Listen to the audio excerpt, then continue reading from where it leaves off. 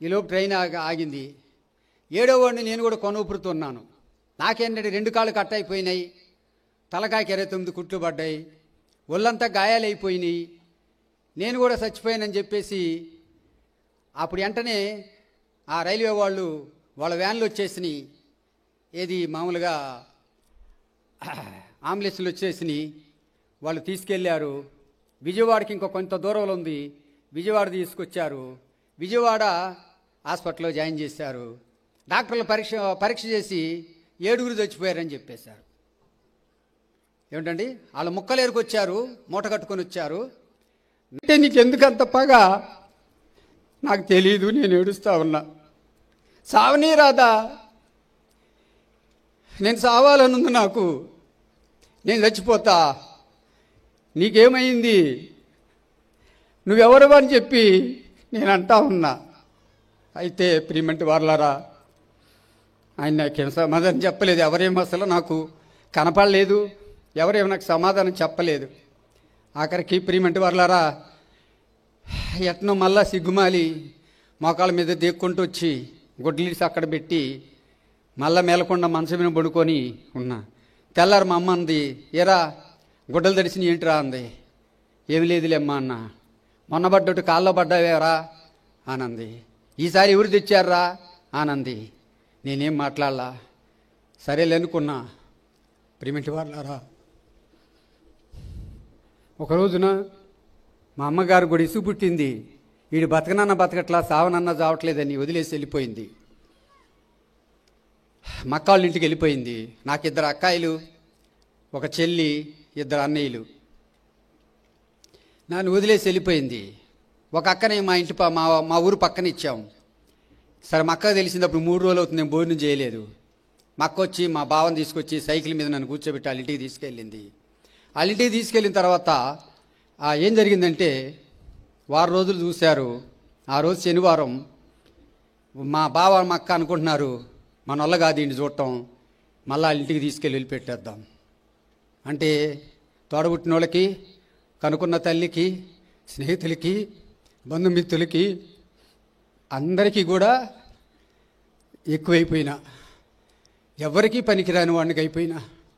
ప్రియమిటి వారలారా, అట్లాంటప్పుడు ఏం చేయాలండి? చచ్చిపోవాలనే నాకు బలంగా తీర్మానం చేసుకొని మా ఇంటికి వెళ్ళినాకైనా సరే చచ్చిపోవాలా, ఎందుకన్నా సావనివ్వట్లేదని చెప్పేసి చచ్చిపోవాలా అనుకున్నా. సరే తీసుకెళ్ళండి అన్న. తెల్లారితే ఆదివారం తీసుకెళ్తారు. ఆ రోజున ఒక పాట వినపడతా ఉంది నాకు. అన్నం తినమన్నారు, తినలేదు. తిన్నన్నాను. వరండాలో నవరమంచం వేశారు, ఒక దిండు పడేశారు, ఒక బెడ్షీట్ పడేశారు. అట్నే పండుకున్న, దిగులుతో విచారంతో సావురాని బతుకులు కొట్టుమిట్టాడుతున్నా. సావనన్నా చావటల్లా, సరిగ్గా బతకనన్నా బతకట్లా, అలాంటి స్థితిలో ఉన్నా. అయితే ఒక పాట వినపడతా ఉంది. ఏం పాట అంటే పాడతానండి. ప్రేమ, యేసుని ప్రేమ, ఇది ఎవ్వరు కొలువలేనిది, నిజము దీనిని నమ్ము, ఇది ధర అందించలేనిది. ప్రేమ, యేసుని ప్రేమ, ఇది ఎవ్వరు కొలువలేనిది. ధరలోని ప్రేమలన్నీయో స్థిరము కావు, తరిగిపోవును. క్రీస్తు యేసు కల్వరి ప్రేమ కడవరకు ఆదరించును. ధర అంటే లోకమండి. ధరలోని ప్రేమలు అంటే అన్నదమ్ముల ప్రేమ, బంధుమిత్రుల ప్రేమ, తల్లిదండ్రుల ప్రేమ, భార్యాభర్తల ప్రేమ, అక్కజల్లుల ప్రేమ, ఏమిటండి స్నేహితుల ప్రేమ కొంతకాలమేనట. ఏంటంటండి, భార్యాభర్తల ప్రేమ వికసించిన ప్రేమ పుష్పము, వాడిపోయి రాలును త్వరలో మోడులా. ఏంటండి, మోడులా మిగిలిపోద్దట. భార్యాభర్తల ప్రేమ. తల్లిదండ్రుల ప్రేమ ఏంటండి, తల్లిదండ్రుల ప్రేమ కలలాగా కరిగిపోవును. ఏంటండి, ఎన్నాడెన్నడు వీడనిది నా యేసుని నిత్య ప్రేమ. ఆయన పాడుతూ ఉంటే అయితే అన్నదమ్ములకు ఎక్కువైపోయినా, తల్లిదండ్రులకి ఎక్కువైపోయినా, బంధుమిత్రులకి ఎక్కువైపోయినా, స్నేహితులకి ఎక్కువైపోయినా, ప్రియమిటి వాళ్ళారా, కనుకున్న తల్లి, మా నాన్న చిన్నప్పుడే చనిపోయారు, కనుకున్న తల్లి కూడా ఎక్కువైపోయినా, అయితే నువ్వు నన్ను ప్రేమిస్తావా? నువ్వెవరివి? నన్ను ప్రేమిస్తావా? నువ్వెవరివి? నన్ను ప్రేమిస్తావా? ఆయన పాడుతున్నాడు కదా. ఎవరో ఆయన నాకు తెలియదు. ఆయన పాస్టరో లేకపోతే ఇంకోరో నాకు తెలియదు. ఆయన ఎవరు? పాడుతున్నాడు, నాకు వినపడుతుంది. మరి నన్ను ప్రేమిస్తావంటే మెల్లగా ఒక స్వరం నాకు వినపడతా ఉంది. అన్నాడు, నేను నిన్ను ప్రేమిస్తా. ఎవరు నువ్వు? నా ఒళ్ళు జలతరిచ్చింది. ఎవరు నువ్వు అన్నాను నేను. నేనే, నిన్ను బ్రతికించింది నేనే, నిన్ను బ్రతికిస్తుంది నేనే. నేనంటే ఎవరయ్యా నువ్వు? మా అక్కవా, మా అన్నవా, నా స్నేహితుడువా, మా అమ్మవా, మా నాన్నవా? ఎవరవు నువ్వు అనంటే నేనే, చూడు నా ఎంక అన్నాడు. చూస్తే ఎక్కడో దూరానున్నట్టు కనపడుతుంది. సిలువలో ఇట్ట ఏలాడుతూ ఉన్నాడు. ఒళ్ళంతా రక్తమే కనపడుతుంది కానీ మనిషి కనపడతల్లా. నేనే నిన్ను రక్షించు అంటే మా అమ్మ చెప్పేది, మా వాళ్ళు చెప్తా ఉండేవాళ్ళు, యేసు ప్రభు అంటే నువ్వేనా అంటే నేనే నిన్ను రక్షించింది. ఆ 7 పడ్డప్పుడు రక్షించింది నేనే. నువ్వు ఆత్మహత్యా ప్రయత్నాలు చేసుకుంటున్నప్పుడు రక్షించింది నేనే. నువ్వు కాల్లో పడినప్పుడు, అర్ధరాత్రి టైంలో పడినప్పుడు నేనే నిన్ను నీ సొక్కా పట్టుకొని లాక్కొచ్చింది నేనే. నేను నిన్ను బ్రతికిస్తా, నువ్వు ధైర్యంగా ఉండు, నేను నిన్ను నడిపిస్తా. నడిపిస్తావా? ఎప్పుడైతే నడిపిస్తానన్నాడో నాకు ధైర్యం వచ్చిందండి. నాకు కొంచెం బతకాలని ఆశ పుట్టింది. నడిపిస్తావా? కంపల్సరీ నడిపిస్తా, గ్యారెంటీగా నడిపిస్తా. అబద్ధం ఆడవగా. మా అమ్మ చూస్తానందు మా అమ్మ కూడా వెళ్ళిపోయింది. మా అమ్మ కంటే ఎక్కువ నువ్వు, కనుకున్న తల్లి కంటే ఎక్కువ. మక్కాయలు వాగ్దానం చేశారు, మేమున్నారా, మేము చూసుకుంటారన్న. ఉట్టిదే వదిలేసి వెళ్ళిపోయారు. ఇప్పుడు ఉన్న అక్కకి కూడా ఇసుగు పుట్టింది. అన్నయ్యలు వదిలేసి వెళ్ళిపోయారు. మరి నువ్వు వాళ్ళకంటే ఎక్కువ చూస్తావా? నడిపిస్తావంటే నడిపిస్తా. సరే, మరి నేనేం చేయాలా? నువ్వు నన్ను నమ్ముకో. అప్పుడు నేను ఆయనను ఆ రోజున 1988 ఆగస్టు నెల 20వ తారీఖు శనివారము, ప్రియమిటి వర్లరా, రాత్రి 7:30 గంటలకు ప్రియమిటి వర్లరా, ఆయన ఆ డానియల్ గారి గ్రూపు అది ఫెలోషిప్పులో ఆ పాస్టర్ గారు పాట పాడినప్పుడు నా మనసు మారింది. నా పాప జీవితాన్ని అంత ఒప్పుకున్నా, నా రోత బతుకునంత ఒప్పుకున్నా, విడిచిపెట్టిన. అయితే ప్రియమిటి వర్లారా, ఆగస్టు తర్వాత ఏమొస్తుందండి? సెప్టెంబర్ 20 రాక మునిపే ఎక్కడో అంబాలాలో ఉన్నాడు. ఆయన మిలిటరీ మెను, ఆర్మీలో పనిచేస్తాడు. మా బావగారు కజిన్ సిస్టర్ భర్త. ఆయన పరిగెత్తుకుంటూ వచ్చేసాడు 20 రోజుల లోపులే. 3 సంవత్సరాలు అవుతుంది. ఎప్పుడన్నా వచ్చి ఊరికి పలకరించేదో ఆయన చేతిలో ఉన్నది ఏదో పెట్టేసి వెళ్ళిపోయేవాడు. ఏం పట్టించుకునేవాళ్ళు కాదు. భార్య భర్తలు ఇద్దరు కూడా వెళ్ళిపోయేవాళ్ళు. 3 సంవత్సరాలు అదే చేశారు. మరి ఇప్పుడు ఏంది? 20 రోజులకి పరిగెత్తుకుంటూ వచ్చాడు. వచ్చి ఏమన్నాడు? ఒరే, నిన్ను జైపూర్ తీసుకెళ్తాను రా అన్న. అయితే ఇక్కడ మాకు జరుగుతున్న సిచ్యువేషన్ ఏంటంటే, మా అన్నయ్యలు అన్నారు, ఎవరి కోరిక ఇన్ని అంటే ఏ రైల్వే స్టేషన్లో లేకపోతే ఏ ట్రైన్ ఎక్కించి పంపించేద్దాం, ఈడాడ అక్కడ అడుకొని పడుకొని ఎక్కడోసారి పడి చచ్చిపోతాడు, ఆడే చంపాలంటే చేతులారా మనం చంపలేం అని అనుకుంటా ఉన్నారు. మా బంధువులు కూడా చెప్తా ఉన్నారు, ఈడు అనవసరం తీసుకెళ్ళి వదిలిపెట్టేసేయండి, ఎవడు చూస్తారు రండి అని. ఏమంటే నా పనుల వరకు నేను చేసుకుంటే ఎవడైనా ముద్ద పెట్టగలుగుతాడు. అన్నీ చేయాలంటే స్నానం చేయించాలా, అన్నీ చేయాలా, పాసపట్టాలా, అన్నీ చేయాలా. మరి ఎట్లా? అందుకని ఒకళ్ళు వీళ్ళేమైనా అరేంజ్ చేశారా, అందుకని పరిగెత్తుకుంటూ వచ్చావా అంటే కాదు. ఒక ఆత్మ ఎందుకనో నాకు 10-15 రోజుల మించి నన్ను గద్దిస్తూ ఉంది. నిన్ను తీసుకొచ్చి జైపూర్లో కాళ్ళేపించి తీసుకెళ్ళమని చెబుతుందిరా. మీ అక్కకు కూడా చెప్పకుండా వచ్చారా, సెలవు కూడా పెట్టకుండా వచ్చారా, నా మాట నమ్మరా అని చెప్పినాడు. నీ మాట నమ్మినా నమ్మకపోయినా నేను సావటాకైనా ఇష్టమే, నువ్వు నన్ను ట్రైన్ కింద పెట్టి వచ్చేస్తా పా అని అన్నా. వెంటనే ఆయన మెల్ల మీద ఎక్కించుకున్నాడు. అప్పుడు వాహనాలు సైడ్లు ఇవ్వండి.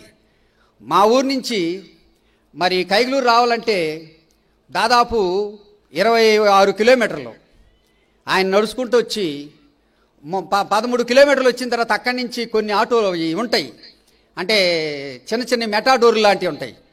అప్పుడు ఆ మెటాడోర్లు ఎక్కించి ట్రైన్లు మరి ఎక్కించి అక్కడి నుంచి వాళ్ళ ఊరు తీసుకెళ్ళాడు, కాళ్ళు పెట్టించాడు, చంపటానికి కాదు. ఆ తర్వాత ఆయన జరిగిందంతా కూడా చెప్పాడు. సరే అనుకున్నా, ప్రభా నువ్వు ఉన్నావు ప్రభా, నువ్వు నిజంగా తల్లిదండ్రులు కానీ, అన్నదమ్ములు కానీ, బంధుమిత్రులు కానీ, స్నేహితులు కానీ, మరి రక్త సంబంధికులు కానీ ఎవరు కూడా నా గురించి పట్టించుకోకపోయినా నన్ను పట్టించుకొని మరి ఈ విధంగా నువ్వు నాకు సహాయం చేసినావని 3 చక్రాల బండి, అంటే 3 చక్రాల సైకిల్ అంటారే, 3 చక్రాల సైకిల్ అది కూడా ఇచ్చారు. వాళ్ళు కాళ్ళు ఇచ్చారు, కాళ్ళ మీద కొంచెం ఒక వారం రోజులు ప్రాక్టీస్ చేయించారు. అయ్యా ఇంటికాడ చేసుకోపోమని పంపించేశారు. వచ్చేసాను. ఈ 3 చక్రాల బండి మీద ఏ పాట అయితే విన్నానో ఆ పాస్టర్ గారికి దగ్గరికి వెళ్ళటం ప్రారంభించాను. ఇది కొంచెం ఇక్కడ ఆపుతాను. అయితే చిన్నప్పుడు మా అక్క మా బావగారు వాళ్ళది తిక్కిరెడ్డిపాలెము. అయితే మా అక్క మా బావగారు వాళ్ళు సేవకులు. వాళ్ళ సేవకులు అప్పుడు అరవిందం గారు ఉన్నారు ఇక్కడ గుంటూరులో. అరవిందం గారు ఉన్నప్పుడు నేను బాగా ఇంత పిల్లగాడిని అనమాట. అప్పుడు అనేవాడు, అమృత ఈడెవిడే అని బుగ్గలు పట్టుకొని లాగేవాడు. బాగా ఎర్రగా లావుగుండేవాడిని, బొద్దుగుండేవాడిని. అప్పుడు నాకు యాక్సిడెంట్ అవ్వలేదు. 7-8 సంవత్సరాలు మా అక్క వాళ్ళకి పిల్లలు లేకపోతే వాళ్ళ దగ్గర ఉండేవాడిని. అయితే ఏం జరిగిందంటే, ఈడెవిడే అంటే మా తమ్ముడు అన్న అంటే, ఓహో ఈడు సేవకుడు అవుతాడమ్మే అన్నాడు. సరే, చాలామంది దైవ సేవకులు మరి నా గురించి ప్రార్థన చేస్తున్నారు. అంటే కనపడ్డ వాళ్ళ దగ్గరికి వెళ్ళి మా అక్క తీసుకెళ్ళి ప్రార్థన చేపిస్తూ ఉండేది. ఎందుకన్నా కానీ భవిష్యత్తులో బాగుండాలనో, లేకపోతే చదువుకోవాలనో, లేకపోతే ఇంకోటో ఇట్లా మరి మన బిడ్డల కోసం మనం ఇట్లా ఎందుకు ప్రార్థన చేపిస్తాం, అదేవిధంగా మా అక్క మా బావగారు కూడా ప్రార్థన చేయించారు. తిరిగి ఇట్లా ప్రార్థన చేయించిన తర్వాత మరి ఎంతోమంది చెప్పారు, నువ్వు దేవుని నమ్ముకో, నువ్వు దేవునిలో ఉండుమని. కానీ వాళ్ళు చెప్పేదేదో నాకు అసలు అర్థం కావట్లా, ఎందుకంటే చిన్న వయసు కనుక. తర్వాత ఈలోపు మా నాన్నగారు చనిపోయారు. నేను కైకులూరు వెళ్ళటం జరిగింది. ఆ తర్వాత ఏం జరిగిందంటే, ఏదో కొంచెం ఉడతా భక్తి, ఈ భక్తి కూడా అంతా ఊడిపోయిందనమాట. ఇంకంతా లోకంలో కలిసిపోయినాను. ఇక ఈ విధంగా లోకంలో మా అమ్మగారు ఇంత పొడుగు చుట్టలు తాగుతారు, పొగాకు తాగుతారు. నేను కూడా మొదలుపెట్టి పొగాకు తాగటం మొదలుపెట్టి అంత చిన్న వయసులోనే. అదేనంటే ఏం చెప్పేవాళ్ళు అంటే, తాగితే ఉబ్బసం తగ్గిద్ది, ఏదో పిచ్చి భ్రమ, అట్లా మొదలుపెట్టి తాగుతూ ఉండేవాడిని. ఈ విధంగా అంటే చిన్న తప్పైనా పెద్ద తప్పైనా ప్రభు ఏం చెప్పాడంటే, మీలో ఏదైనా సేదైనా వేరుందా, సేదైనంటే చిన్నదైనా చాలు. ఏదో పెద్ద పాపం చేస్తేనే పాపం కాదు, చిన్నది చేసినా చాలు. అందుకనే ప్రియమిటి వర్లారా, చిన్న తప్పులైనా పెద్ద తప్పులైనా ఏయోటి ఇట్లా నేను నిజంగా దేవునికి విరుద్ధంగా జీవించిన, దేవుని మందిరానికి వెళ్ళటం మానేసిన. మా అక్క వాళ్ళు నాకు చిన్న బైబిల్, క్రొత్త నిబంధన బైబిల్ కొనిచ్చారు, చిన్న పాటల బుక్ ఇచ్చారు, ఏది సండే స్కూల్ బుక్. అవన్నీ పక్కన పెట్టేశా, ఏమీ లేదు. అంటే ఇప్పుడు నేను ఎందుకు చెప్పినా అంటే, ఇది దేవుడి యొక్క ప్లాను ప్రణాళిక నా పట్ల ఉందగనక ఆయన 7గురితో పాటు నన్ను సావనివ్వలేదు. కానీ దేవునికి లోబడతలేదు. నేను ఏమంటండి, దేవునికి లోబడతలేదు. అందుకనే ప్రియమిటి వర్లరా, ఎన్నిసార్లు గద్దించినా లోబడనవాడు హఠాత్తుగా మరణిస్తాడట. ఏంటండి, ఎన్నిసార్లు గద్దించినా లోబడనవాడు హఠాత్తుగా మరణిస్తా అంట. ఎక్కడుంది మాట? సామెతల 29 మొదటి వచనంలో ఉంది కదండి. ప్రియమిటి వర్లారా, అర్థమైందా? అందుకని ఒక మాట ఏంటంటే, ఆ యొక్క యోహాను రాసిన మొదటి పత్రిక 1వ అధ్యాయం 9వ వచనంలో ఏం రాయబడింది? మన పాపములను మనం ఒప్పుకొని నెడల ఆయన నమ్మదగిన వాడు, నీతిమంతుడు గనక ఆయన మన పాపం నుంచి, సమస్త దుర్నీతి నుంచి మనల్ని పవిత్రులుగా చేస్తాడన్నమాట. అందుకనే ప్రియమిటి వర్లారా, ఒక విషయం చెబుతా వినండి, జ్ఞాపకం చేసుకొని, నేను లోబడలేదు కనుక, నేను దేవునికి లోబడలేదు, మనుషుల్ని లెచ్చబెట్టలేదు, దేవునికి అవిధేయత చూపించాను, తిరుగుబాటు చేశాను. ప్రియమిటి వర్లారా, అవిధేయుడిగా జీవించాను. అందుకనే నాకు ఈ గతి పట్టింది. నాకు ఈ గతి పట్టడం అది ధర్మం. నాకు ఈ గతి పట్టడం ఇది ధర్మం అనమాట. ఎందుకంటే దేవునికి లోబడలేదు గనక, దేవుని మాట వినలేదు గనక. దైవ సేవకులు మా అక్క మా బావగారు సంవత్సరానికి ఒకసారో 2 సంవత్సరాలకు ఒకసారో మా కాడకు వస్తూ ఉండేవాళ్ళు. వాళ్ళు ఒంగోలు ఏరియాలో సేవ చేశారు, కృష్ణా ఏరియాలో సేవ చేశారు, గుంటూరు ఏరియాలో ఊటుకూరులో కూడా సేవ చేశారు, తర్వాత తెలంగాణ ఏరియాలో కూడా సేవ చేశారు. వాళ్ళు ఇలా సేవ చేస్తూ మా కాడకు వస్తూ, అంటే మా అమ్మ వాళ్ళ ఊరు గనక, అంటే మా అక్క వాళ్ళ ఊరు గనక, వాళ్ళ పుట్టినిల్లు గనక సంవత్సరానికో 2 సంవత్సరాలకు వచ్చి మాకు చెప్తూ ఉండేవాళ్ళు. కానీ వినేవాడు కాదు. నన్ను దగ్గర కూర్చోబెట్టుకొని, మీద కూర్చోబెట్టుకొని మా అక్క నాకు చెప్తా ఉండేది, నువ్వు వినరా, నీ పట్ల దేవుని ప్లాను ప్రణాళిక ఉందరా, నువ్వు వినరా దేవుడి సేవకులు, నేను ఎవరు చూసినా సేవకుడు అవుతావు అంటున్నారా, నా మాట వినయ్యా రారంటే వచ్చేవాడు కాదు, వినేవాడు కాదు, లోబడేవాడు కాదు అన్నమాట. మరి ఏం చేస్తాడండి దేవుడు చూసి వింటాడా? ఏం చేస్తాడు చెప్పండి? ఇంకా ఆయన ఏం చేస్తాడు ఏమిటండి? విననల్లి జనుల వైపు దిన్నెల్ల చేతులు దాచి వారి కొరకు నేను చాటున ఏడుస్తున్నానన్నాడు. ఆయన నా కోసం ఎంత ఏడిచాడో, నేను ఇప్పుడు ఏడుస్తున్నాను కానీ ఏంటంటే యాక్సిడెంట్ అయినాక ఏడుస్తున్నాను కానీ యాక్సిడెంట్ కాకమునుపు నేను ఎప్పుడైనా ఏడిచానా? ఏడవలేదు. నన్ను గురించి ఎప్పుడైనా నేను ఆలోచించానా? ఆలోచించలేదు. నన్ను గురించి ఆయన ఎంత ఏడ్చాడో, ఆయన ఎంత ఏడిపించాను. ప్రియమైన సోదరులారా, సహోదరులారా, యవనస్తులారా, యవనరాణులారా, ఓ అమ్మాయ్యా, నేను అనుభవంగా నేను భరించి చెప్తున్నా ఏందంటే జాగ్రత్త. దేవుడు మీ పట్ల ఆయన యొక్క ప్రణాళిక ఉంటే దాన్ని త్రోసివేయొద్దు. నేను 8 మందిని మీ ముందు ఉంచుతా. 8 మందిని ఈ యొక్క ఇదేం చేయండి, ఎడం చెయ్యి గురించి ఉన్న వాళ్ళ గురించి చెప్తా. నేను సాక్ష్యం మొదలు పెడుతున్నా. నా సాక్ష్యం ఇది ఒక భాగం అన్నమాట. అయితే ప్రియమిటి వారలారా, ఎవరంటే ఈ నలుగురు, నంబర్ 1 ప్రియమిటి వారలారా, ఫరో సైన్యం. మోషే అహరోనులు చెప్పినప్పుడు విన్నారా? నో, వినలా. తర్వాత మరి నంబర్ 2 ఎవరంటే సౌలు కుమారులు ఏం చేశారు? దేవుడు చెప్పినప్పుడు విన్నారా? వినలా. ఏమయ్యారు వీళ్ళు మొత్తం ఎవరి కత్తి మీద యుద్ధంలో వాళ్ళు పడి చచ్చారు. తర్వాత నంబర్ 3 ఎవరంటండి చెప్పండి? ఎవరంటే ఆకాను విన్నాడా? చేయొద్దురా అంటే తెచ్చుకోవద్దురా అంటే తెచ్చుకున్నాడా? తెచ్చుకున్నాడు. ఏమైంది? ఒప్పుకున్నాడా? ఒప్పుకోలా. ఆఖరికి ఏమైందండి? తాను తన యొక్క బిడలో కుటుంబం తనతో పాటు ఏంటంటే తన జడ్డ కోతి వనమంతా జరిచినట్టు.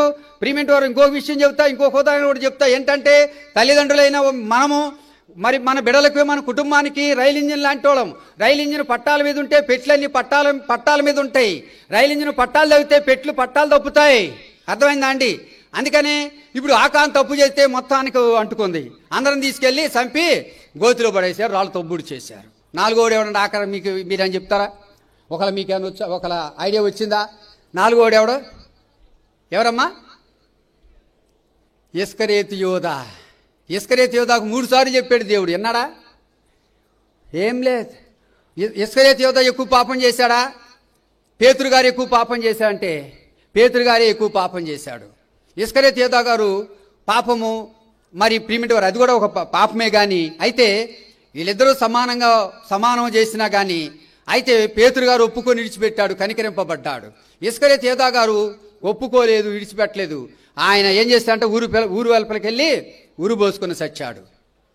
ఇప్పుడు ఈ నలుగురు వీళ్ళ గురించి ఎక్స్ప్లెయిన్ చేయాలంటే చాలా ఉందిలే, నాకు టైం లేదు, చెప్తున్నా. ఈ నలుగురు ఎవరో చెప్పండి? నంబర్ 1 ఎవరంటే దావీదు. పాపం చేశాడు, ఒప్పుకున్నాడా లేదా? అందుకని దావీదుని 2 సమూయేలు గ్రంథం 7వ అధ్యాయము 28, 29లో ఏముంది? దావీదు కుటుంబాన్ని ఆశీర్వదించలేదా దేవుడు? ఒప్పుకో, నిన్ను నీ కుటుంబాన్ని ఆశీర్వదిస్తాడు. తర్వాత నంబర్ 2 ఎవరు? ప్రియమిటి వారు ఎవరంటే చెప్పండి? యెషయా ఏం చేసినాడు? తప్పు చేసినాడు, పెదవులతో కాని మాట మాట్లాడినాడు. యెషయా గ్రంథం 6వ అధ్యాయం 5వ వచనంలో, ఇంకా కింది వచనాలు కూడా చదువుకొని మీకు అర్థమవుతాయి. యెషయా కూడా ఒప్పుకున్నాడు, విడిచిపెట్టాడు, గొప్ప ప్రవక్తగా చేయబడ్డాడు. 3 ఆయన ఎవరంటే ప్రియమిటి వారు తప్పిపోయిన కుమారుడు. ఆయన కూడా ఒప్పుకున్నాడు, విడిచిపెట్టాడు. యథావిధిగా తన స్థానం తనకు దొరికింది. ఇదంతా మీకు తెలిసిన విషయమే, నేను ఎక్స్ప్లెయిన్ చేయాల్సిన పని లేదు. తర్వాత 4 ఆయన ఎవరు చెప్తారా? 4 ఆయన సౌలా వింటండి. ఎవరంటండి? సరే, మంచిది. 4 ఆయన సౌలు. ప్రియమిటి వార్ల బాగా చెప్పారు. అంటే మీరు బాగా మరి ప్రియమిటి వార్ల దేవుని వాక్యం మీ హృదయంలో మీరు ధ్యానం చేస్తున్నారు నాకు. కనుక నేను 4 ఆయన పౌలు గారు. ఈ సౌలుగా ఉన్నప్పుడు మరి దేవుడు గద్దించినప్పుడు తాను ఒప్పుకొని విడిచిపెట్టాడు కనుక మరి 14 పత్రికలు రాయగలిగినాడు. ఇప్పుడు వీళ్ళు ఆశీర్వదింపడుతున్నారు, వర్ధిల్లుతున్నారు, వీళ్ళు బాగున్నారు, క్షేమంగా ఉన్నారు, ఇప్పుడు పరలోకంలో ఉన్నారు. వీళ్ళు ఒప్పుకొని విడిచిపెట్టలేదు, కనికరింపబడలేదు, వాళ్ళు పాపాలు ఒప్పుకోలేదు. వాళ్ళు ఏమైపోయారు? వాళ్ళతో పాటు వాళ్ళ బిడ్డల్ని, కుటుంబాన్ని కూడా నష్టపరుచుకున్నారు. ఎవరిలాగుందాం మరి? వీళ్ళలాగుందామా? ఏ గుంపులనున్నావో ఎరిగి తెలుసుకో, గుర్తెరిగి తెలుసుకో. మరణమనేది మొదటి గుంపు, మారని గుంపు అదే దుస్తుల గుంపు. ఏంటంటే ఏ గుంపులో ఉన్నావు? ప్రియమిటి వర్లారా, గుర్తు చేసుకో. నీదే గుంపు? పాపుల గుంపా? పాపం నుంచి విడిచిపెట్టిన గుంపా? అయితే నేనెట్లా మరి రక్షణలోనికి వచ్చానంటే, నేనెట్లా సేవకు వచ్చానంటే, అదే సంవత్సరంలో నేను దేవుని మందిరానికి వెళ్తా ఉన్నప్పుడు దేవుడు నాతో వాక్యాల ద్వారా మాట్లాడుతున్నాడు. ప్రియమిటి వర్లారా, నహూము 1:12 మీరు తర్వాత చదువుకోండి, నేను చెప్తా ఉంటాను. మరి ఇర్మియా గ్రంథం 1:9-10 వాక్యాలు. తిరిగి మరి యెషయా గ్రంథము 61:1-2, యెషయా గ్రంథము 42:7-8 వచనాలు. ఇట్లా దేవుడు కొన్ని వాక్యాల ద్వారా, అంటే నేను మీకు కొన్నే చూపించినాను, దేవుడు నాతో మాట్లాడాడు. సరే ఇది తీసుకెళ్ళి మా సేవకుని చూపించా అంటే వాళ్ళు పాస్టర్ గారు అంటారులే. పాస్టర్ గారు చూపించిన, పాస్టర్ గారు చూపిస్తే ఏమైందంటే ఇది నీ సేవ అంటాడు. ఒరే ఈయనకేం పని లేదేంది, ఆయన ఏదో చేసినాడని నేను కూడా చేయాలంట, ఏదో దేవుని నమ్ముకున్నా కత్తి నెమ్మది వచ్చిందంటే మళ్ళా ఇది ఈయనేంది ఎట్లా చెబుతున్నా అంటే, లేదు మరి బాబు దేవుడు మరి నీకు వచ్చిన మాటల్లో ఆ వాక్యాలు అదే అని చెప్పినాడు. అయితే ఆఖరికి ప్రియమిటి వర్లరా, అదే సంవత్సరం లాస్ట్ అంటే 89లో నేను సేవకు రావటం జరిగింది. తర్వాత చాలా వాక్యాల ద్వారా దేవుడు నాతో మాట్లాడాడు. నేను ఆదివారం టు ఆదివారం వరకు ఉపవాసం ఉన్నాను, మంచిలు తాగే ఉన్నాను. అప్పుడు దేవుడు నాతో మాట్లాడి, నా పాపాలు క్షమించావంటే అప్పుడు యెషయా గ్రంథం 43:25 వచనం, మరి కీర్తన 103:12 వాక్యం ద్వారా దేవుడు నాతో మాట్లాడాడు. సరే ప్రభు అన్నాను. సరే నాకు కొంచెం నెమ్మది వచ్చింది, సమాధానం వచ్చింది. ఇక నేను సావాలన్న తలంపే లేదు, ఇక నాకు ఇక కాళ్ళు లేవనే తలంపోలేదు. దేవుడు మరి నేను ఫస్ట్ సైకిల్ దొక్కటం ప్రారంభించాను ప్రార్థన చేసుకొని. మరి సైకిల్ బాగా దొక్కుతాను. తర్వాత ఇప్పుడు మరి దేవుని దయ వల్ల మరి మోటార్ సైకిల్ కూడా తోలగలుగుతాను. దేవుడు మరి అట్లా దేవుడిని స్టెప్ బై స్టెప్ దేవుని సన్నిధి తీసుకొని వచ్చినాడు. ఈ విధంగా ప్రియమిటి వర్లరా, అయితే నేను వాళ్ళ ఉద్దేశం ఏంటంటే, మా పాస్టర్ గారి ఉద్దేశం ఏంటంటే బైబిల్ కాలేజీలకి తరిబిది పొందాల. సరే ఆయన బైబిల్ కాలేజీలో పంపించి ఇక్కడే శ్యామలా నగర్ బి జాకోబ్ గారు లోకల్ చర్చ్ ఆఫ్ ఇండియా, ఆ యొక్క జాకోబ్ గారి దగ్గర నన్ను ఒక సంవత్సరం పాటు బైబిల్ కాలేజీలో పెట్టాడు. సరిపోద్దంటే చాలదని చెప్పి విసి రెహబాం గారని రాజమండ్రి చర్చ్ ఆఫ్ క్రైస్ట్ అనమాట, ప్రియమిటి వారు, అక్కడ ఆయన దగ్గర ఒక సంవత్సరం పాటు పెట్టాడు. అక్కడి నుంచి వచ్చినాను. సరిపోద్దంటే ఆయన సరిపోద్దులే అన్నాడు. కొద్ది రోజులు నాతో ఉండన్నాడు. ఇక రకరకాల మంది పాస్టర్లు అందరూ వచ్చేసి, కొంతమంది నాకు తెలిసిన వాళ్ళంతా వచ్చి, నువ్వు మా దాంట్లోకి రా తలకాయ తింటున్నారు. ఒక ఆయన అయితే రెబ్బా ప్రసాద్ అయితే ఆయన వచ్చి, అప్పుడు ప్రసాద్ గారు బ్రతికే ఉన్నాడు. నేను బలహీనని ఎరిగి నాకేదైనా సహాయం చేయాలని మరి ఎరిగి ఆయన నా కాడకు వచ్చాడు. అంటే అక్కడ ఎవరో మీటింగ్ పెడితే ఆ మీటింగ్ సందర్భంగా మా ఇంటికి వచ్చి, అబ్బాయి నాతో రారా, నీకు ఏం కావాలంటే అది ఇస్తా, నీకు మరి కారు కొని పెడతా రారా, అదిరా ఇదిరా, నీకు ఇల్లు కట్టి పెడతా రారా అని చెప్పినాడు. సరే నేను ప్రార్థన చేసి దేవుడు రమ్మంటే వస్తానండి అన్నా. నేను ప్రార్థన చేస్తా ఉన్నా, ప్రభు వీళ్ళందరూ నన్ను గలిబిలు చేస్తున్నారు, నా మైండ్ బాగొడుతున్నారు. అసలు పూర్వం నిన్ను నమ్మిన తలికే నాకు నెమ్మది ఉంది కాతో కోతో, మరి ఇప్పుడు అసలు బొత్తిగా పోయేటట్టు ఉంది, ఏంటి ప్రభు అని నేను ప్రార్థన చేస్తుంటప్పుడు ప్రభు ఏం చెప్పినాడంటే, ఎవరో ఒక ఆయన బైబిల్ పట్టుకొని చూస్తా ఉన్నాడు, కనపడుతున్నాడు. ఎవరబ్బాయి ఈయనని చెప్పి ముఖం బాగా తేరి చూసా. ఎప్పుడో నా కాడకు వచ్చినాడు కైకులూరు నతానేలు గారు. ఆయన అప్పుడు నాకు గుర్తుకొచ్చాడు. ఫస్ట్ టైం నాకు యాక్సిడెంట్ అయినప్పుడు ప్రార్థన చేయడానికి వచ్చారు, ఎవరో తీసుకొచ్చారు. మా ఊరు నుంచి ఆ కైకులూరు అంటే 16 కిలోమీటర్లు, 26 కిలోమీటర్లు వాళ్ళు వెళ్తారు మందిరానికి. 26 కిలోమీటర్లు నడిచి వెళ్తారు. సగం దూరం ఏమో మళ్ళీ ఏ మెటాడోరు లేకపోతే అవి కూడా దొరకపోతే నడిచిపోతారు. ఈ రోజున మరి 26 కిలోమీటర్లు నడిచి వెళ్ళే విశ్వాసం ఉన్నారండి? లేరన్నమాట. అందుకని మన విశ్వాసులో విశ్వాసం తగ్గిపోయిందనమాట. ఏం చేస్తామంటండి, మన విశ్వాసులో విశ్వాసం తగ్గిపోయింది. ఏంటంటే మారేమంటూ మస్కా కొడతారు, ఆ మస్కాలోనే దేవుని ఎంతో మోసం చేస్తారు. మారేమంటూ ఏం బుల్లే మారేవా, మారే ఏం మారావా ఏంటండి? కనుకనే ఏం పేరమ్మా నీ పేరు? నా పేరు మరియమ్మ. మరియమ్మ కాదు మారెమ్మ. పేరు మరియమ్మే కానీ తన జీవితం అంతా మారేమ జీవితం, అంటే మారని జీవితం. ప్రియమంటే అర్థం అంటే ఎవరు మారుస్తాం మనం? సేవకుల మీద సేవకులు మారుస్తాం. ఈ సేవకుడు పని చేయదు, మారుస్తాం. ఇంకో సేవకుడు మారుస్తాం, ఇంకో సేవకుడు మారుద్దాం, లేకపోతే ఆ సేవకుని తెచ్చుకుందాం. ఈయన భలే సాక్ష్యం చెప్పాడు, ఈయనైతే బాగుంటాడు, ఈయన తెచ్చుకుందాం, లేకపోతే ఆయన తెచ్చుకుందాం, ఇక మారుద్దాం. అంటే కొత్త కింద పాత క్రోత ఇక మారుస్తుంటాం. కానీ సేవకులు మారుస్తాం, కానీ మనం మాత్రం మారం. ఏంటండి, ఎవరిని మారుస్తాం? సేవకులు మారుస్తాం, కానీ మనం మాత్రం మారం. జాగ్రత్త పడు. ఒకసారి ఆలోచించుకో సోదరుడా, సోదరి, జ్ఞాపకం చేసుకో. మారితే మంచిది. ఒకప్పుడు మారకపోతే నా జీవితం రోత జీవితం, కంపు జీవితం, నెమ్మది లేని జీవితం, సమాధానం లేని జీవితం, ఆనందం లేని జీవితం, దుఃఖం, ఏడుపు. ప్రియమిటి వారలారా, ఇప్పుడు నాకు నెమ్మది. నేను అసలు అది ఆలోచించను. కానీ ఇప్పుడు నా సాక్ష్యం గుర్తొచ్చేవరకే నాకు దుఃఖం వస్తుంది తప్ప, లేకపోతే నేను అసలు దుఃఖపడను. ఇప్పుడు నా పరిస్థితి ఏంటో తెలుసా? ఏమీ లేని కాడున్నా, ఒక్క మనిషి కూడా లేరు. అయితే ప్రియమిటి వారలారా, ఒక రెడ్డి గారు అక్కడ 10 సెంట్లు స్థలం ఇస్తే అక్కడ చిన్న షెడ్ వేసి అక్కడ ప్రారంభించి ఇవాళ ఒక దాదాపు ఒక 20 మంది దగ్గర దాకా 4 అవుతుంది. అక్కడికి వెళ్ళి నేను అన్నోళ్ళకి చెప్పిన, నేను గుంటూరు సీఎం వాళ్ళకి చెప్పిన, సరే పెట్టుకోలే అన్నారు. వాళ్ళు కూడా నాకు సహకరించారు. సహకరించండి, ఇది కాదండి, మాట సహకారమే. ఏంటంటే మాటల తేటలు మా ఇంటికాడ, మాపిడి భోజనం మీ ఇంటికాడ. ఏంటంటే ఎవరైనా, గుంటూరు వాళ్ళైనా, గుడివాడ వాళ్ళు అయినా, ఎవరైనా అంతే. ఇది మాత్రం లేదు. దీని కాడకు వచ్చారు, మా వల్ల కాదు, పోయావు, నీ తిప్పలు నువ్వు పడేయవు. 66 చెబుతారు అక్కడ, 66 చెప్పి చదువుతాడు ఆడ. సరే చదివి సరే వాళ్ళు చెప్పులు పడుతుంది, మనకెందుకులేగా నా గొడవ. ప్రియమంటి వారలారా, ఈ విధంగా జ్ఞాపం చేసుకో, నీ బ్రతుకు మార్చుకో, నీ జీవితం మార్చుకో. ఎన్నాళ్ళు అట్ట ఉండబాక. మరి నేను అట్ట ఉంచుకొని ఎరగొట్టుకున్నా.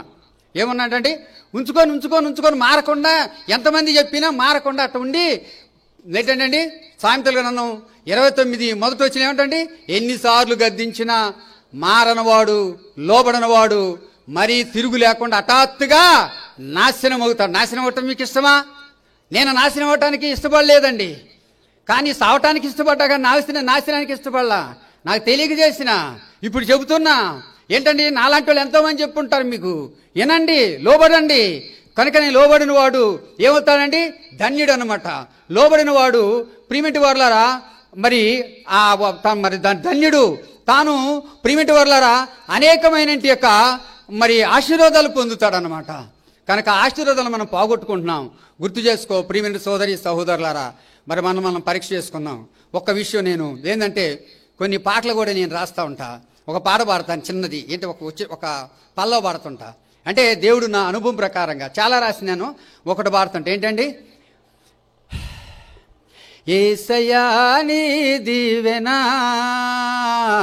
నా జీవితానికెంతో అవసరం, ఎందుకో నన్ను ఇంతగా ప్రేమించితివి, నీకే వందనం. ఎందుకో నన్ను ఇంతగా ప్రేమించితివి, నీకే వందనం. కొంతైనా మంచి లేని బ్రతుకులో, కొంతైనా మంచి లేని బ్రతుకులో ఎంతైనా నీ దీవెన అవసరం, నాకు ఎంతైనా నీ దీవెన అవసరం, ఎంతైనా నీ దీవెన అవసరం, నాకు ఎంతైనా నీ దీవెన అవసరం. యేసయ్యా నీ దీవెన నా జీవితానికెంతో అవసరం, ఎందుకో నన్ను ఇంతగా ప్రేమించితివి, నీకే వందనం. దారి తప్పిపోతిని నీ దారి తెలియక, తెలుసుకొని చేరితిని నీ సన్నిధికి. దారి తప్పిపోతిని నీ దారి తెలియక, తెలుసుకొని చేరితిని నీ సన్నిధికి.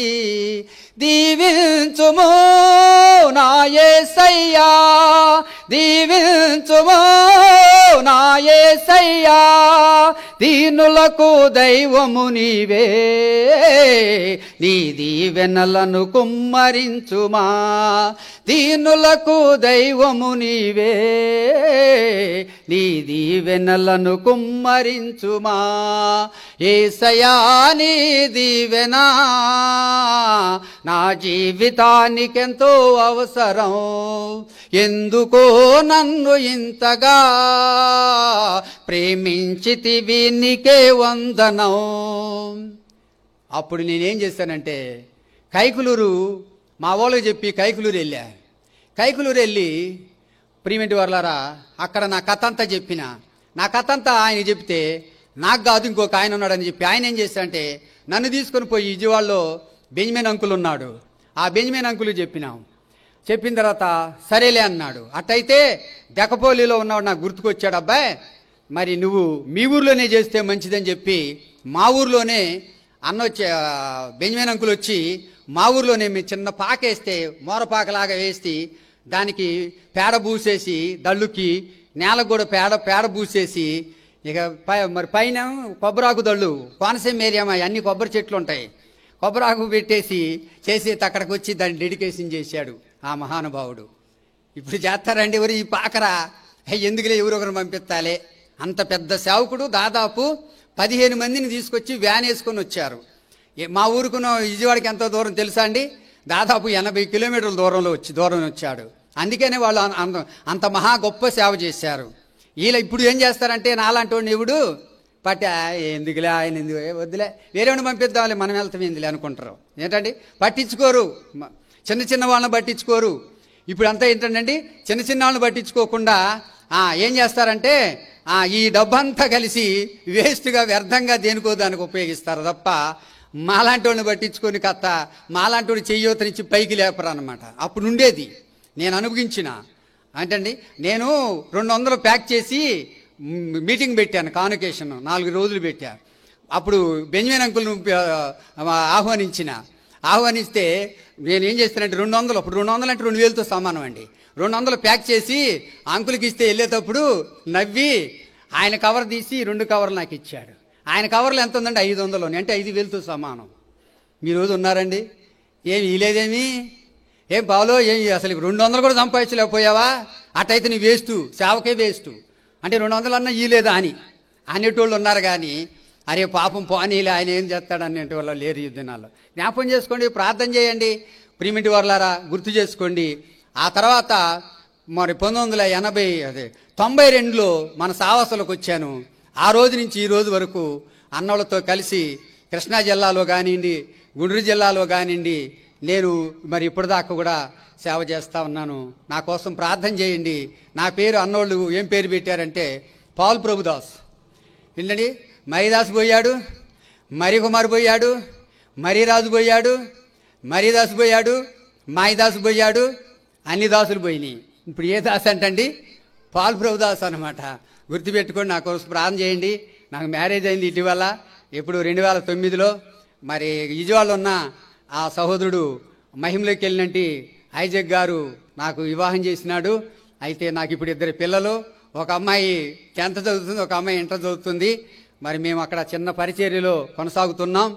మరి ప్రియమిటి వర్లారా మా కోసం, మా కుటుంబం కోసం, మా పరిచర్య కోసం ప్రభు వచ్చే వరకు, మేము సచ్చు వరకు దేవుని సేవలో ముందుకు వెళ్ళాలని అనేకులను ఆయన తట్టుకు ఆయన మార్గంలోనికి మా ప్రాణం మా సేవలోనే పోయేంత వరకు మరి దేవుని సేవ చేయాలని దయచేసి మీ అందరూ. మా సంఘంలోనే ఉన్న ఒక సిస్టరు ఇంటికి తీసుకెళ్ళాను. ఫస్ట్ ఫాదర్కి మదర్కి చెప్పాలి కనుక అమ్మ నాన్నకి చెప్పా. అమ్మాయి దగ్గరికి వెళ్ళక మునిపే వాళ్ళ అమ్మంది, 2 కాళ్ళు లేనివాడిని నా కూతురుకు తెచ్చావా అన్నయ్య అంతే. ఏం లేనివాళ్ళని? 2 కాళ్ళు లేనివాళ్ళని నా కూతురుకు తెచ్చావా అని. నేనప్పుడు తను బాగా చివరిలో ఏడ్చాడు. నాకు బాధేసింది. అంటే 2 కాళ్ళు లేని వాళ్ళకి సంబంధాలు చూడకూడదా అని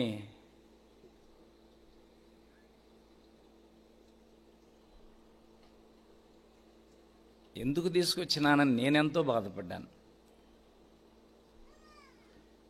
తర్వాత అమ్మాయికి పెళ్ళయింది. తనకేదో నా దగ్గర ఉన్న గిఫ్ట్ ఇచ్చి, బాధపడవద్దు, నీకు మంచి వివాహం అయిద్దిలే అని చెప్పి పంపించినాను. తర్వాత చాలా కాలానికి వివాహమైంది. నేను ఎక్కడ సేవలో ఉన్నా తను పిలిచి సాక్ష్యం చెప్పిస్తుంటా.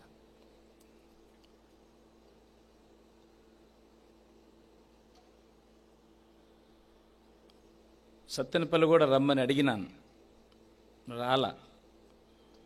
ఎందుకనో కానీ తనకి, నువ్వు రా ఒక పూట సాక్ష్యం చెబుతుకొని.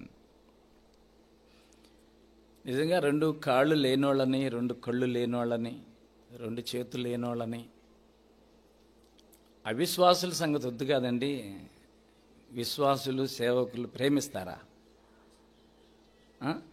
అవిశ్వాసుల సంగతి అసలు వద్దు.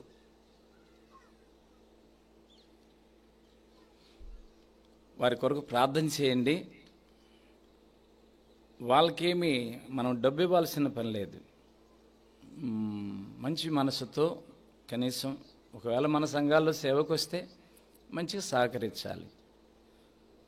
లేదు మనకు దూరంగా ఉండి మనకి ఇలాంటి సాక్ష్య రూపంలో దగ్గరగా కనబడుతుంటే వారి కొరకు ప్రార్థన చేయాలి. ప్రార్థన చేయండి. వారి పేరు పాల్ ప్రభుదాస్ చెప్పారు చివర్లో. మనకి కెప్టెన్ మోజెస్ గారు మంచి అంకులు, సంఘ పెద్ద, అందాల కుమార్తెలు, అందమైన కుమార్తెలు, కుమార్తెలలో అందమైన కూతురు రాజశేఖర్ గారిని పెళ్లి చేసుకుంది. రాజశేఖర్ గారికి 2 కళ్ళు లేవు. అందమైన కూతురు కెప్టెన్ మోజెస్ గారికి 2 కళ్ళు లేని బిడ్డను పెళ్లి చేసుకుంది హైదరాబాద్లో. ఆయన మన హెబ్రోన్ పులిపీట మీద ఎకార్డిన్ వాయిస్తాడు, కీబోర్డు ప్లే చేస్తాడు. మోయస్ అంకుల్ అప్పుడు పెళ్లి చేసుకుంటాను నాన్నగారు, ఆ అబ్బాయిని ప్రభు నాకు ప్రేరేపణ ఇచ్చినాడంటే, దేవుని చిత్తంలో పెద్దవాళ్ళ ద్వారా నువ్వు ఇట్లా చేసుకొని ఎవరు అన్నారు. కానీ ఆ అమ్మాయి తీర్మానం ఎంతో మంచి తీర్మానం. కొద్ది కాలం క్రితం పరలోకం వెళ్ళింది. ఇప్పుడు రాజశేఖర్ గారు ఒంటరిగానే ఉన్నాడు. కనుక మంచి సమర్పణ, అది మంచి ప్రేరేపణ, మంచి నడిపింపు. అది దేవుని ఆత్మ కలిగిన మనుషులకే ఆ నడిపింపు వస్తుంది, లేకపోతే దేవుళ్ళ లాంటి వాళ్ళకే ఆ నడిపింపు వస్తుంది. ప్రార్థన చేయండి.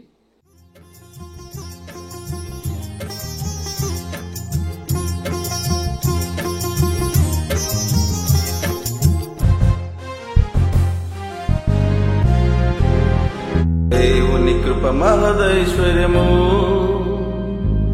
ఎంత గొప్పది, ఎంత గొప్పది. దేవుని కృప మహదైశ్వర్యము ఎంత గొప్పది, ఎంత గొప్పది. వివరింపతరం